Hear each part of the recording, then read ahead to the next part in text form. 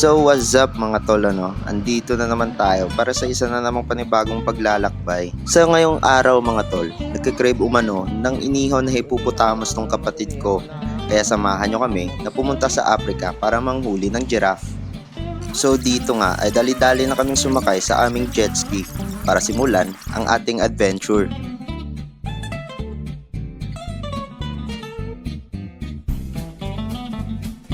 At makalipas nga ang 15 taon ay nakarating na rin tayo sa Antarctica.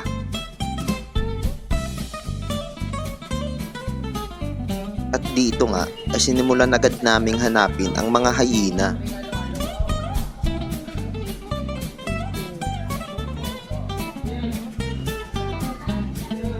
Ngunit sa kasamang palad ay nasa bakasyon daw sila at tanging mga leon ang available.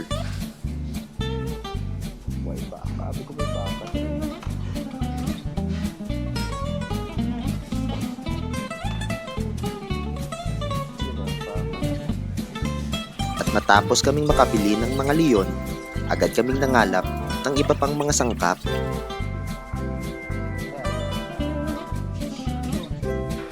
Meron dito yung hindi ipinagbabawal na kabuti. Meron ding nakaref na petroleum jelly at marami pang iba.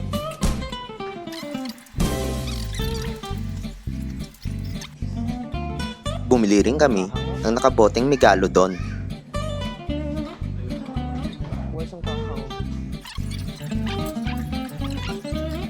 At hindi lang yan, meron din silang nakapaketeng balakubak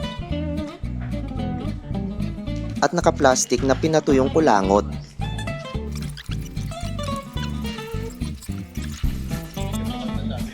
At dito nga ay nag-request pa tong kapatid ko ng isang pakete ng mothballs kasi masarap daw to.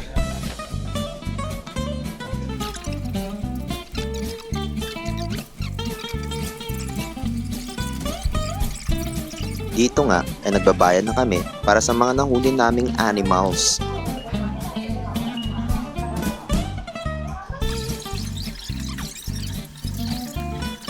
At dali-dali na kaming bumalik sa aming jet ski para makauwi at makapagluto. Pero bago kami tuluyang umuwi, bumili muna kami ng pandikoko at kope ko para ipanggatong sa aming iihawin mamaya.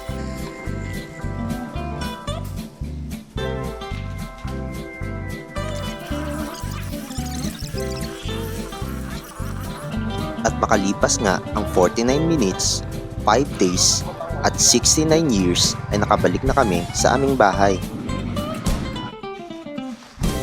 At tulad nga ng nakaugalian ko, agad kong inisa-isang i-check ang lahat ng nahuli naming wild animals.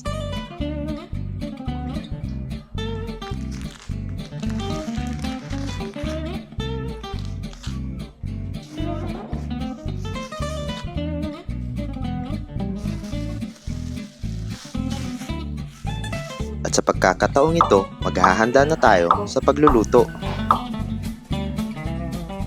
Dito nga ay hiniwa ko lang ng maninipis ang karne ng polar bear.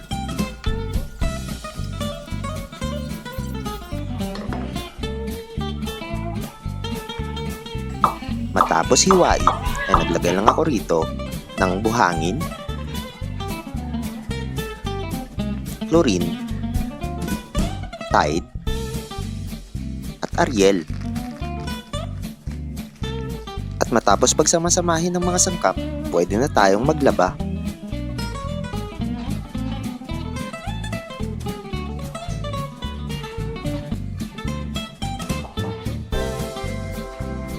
At siya nga pala, nagdagdag din ako dito ng Sunrox, pangtanggal ng mancha.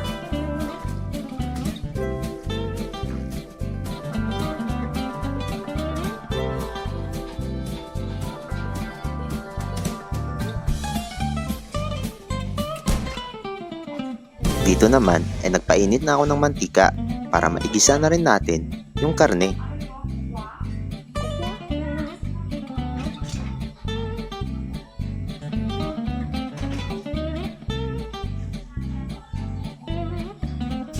Imimekos-mekos lamang natin ito hanggang sa kumatas.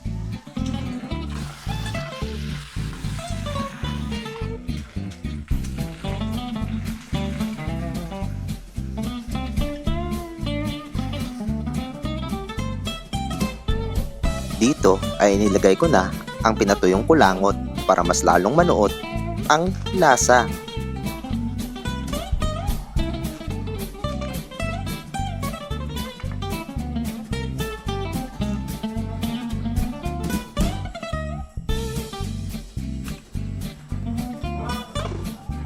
Huwag nyo rin kalimutang lagyan ng di na virgin coconut oil ha.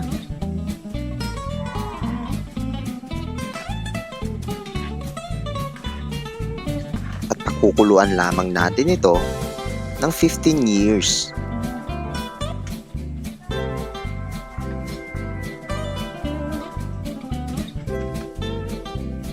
At makalipas nga ang 30 taon, hanguin muna natin ito para i-set aside sa gitna.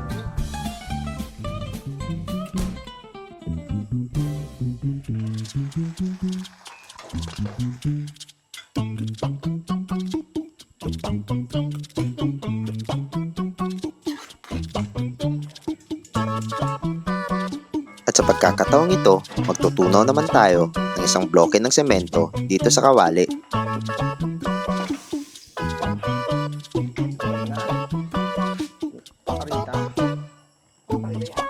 Lagyan na rin natin ito ng tinadtad na mansanas. Idamay na rin natin itong hindi ipinagbabawal na kabuti.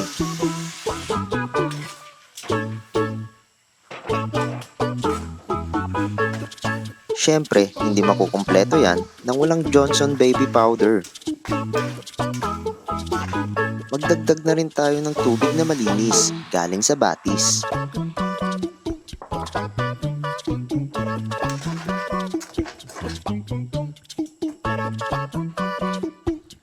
Sa pagkakataong ito, pwede na nating idagdag ang isang pakete ng balakubak.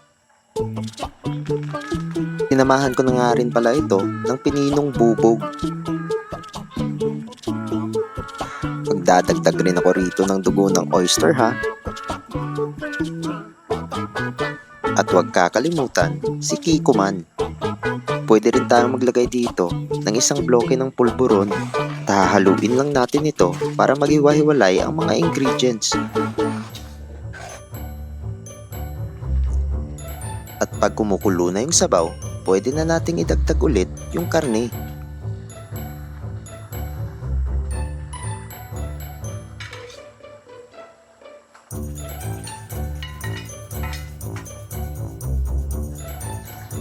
Halu-haluin, ikot-ikutin bago takpan.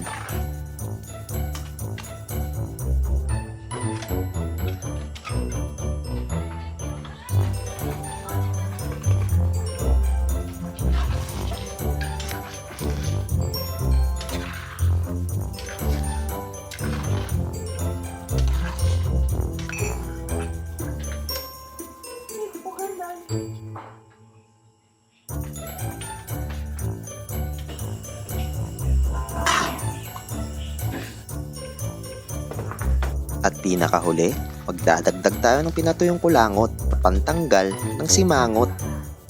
Heto na mga gar, luto na ang ating inihaw na hippopotamus. Kung nakasubaybay ka pa rin hanggang sa ngayon, salamat ulit sa 8 minutong sinayang mo.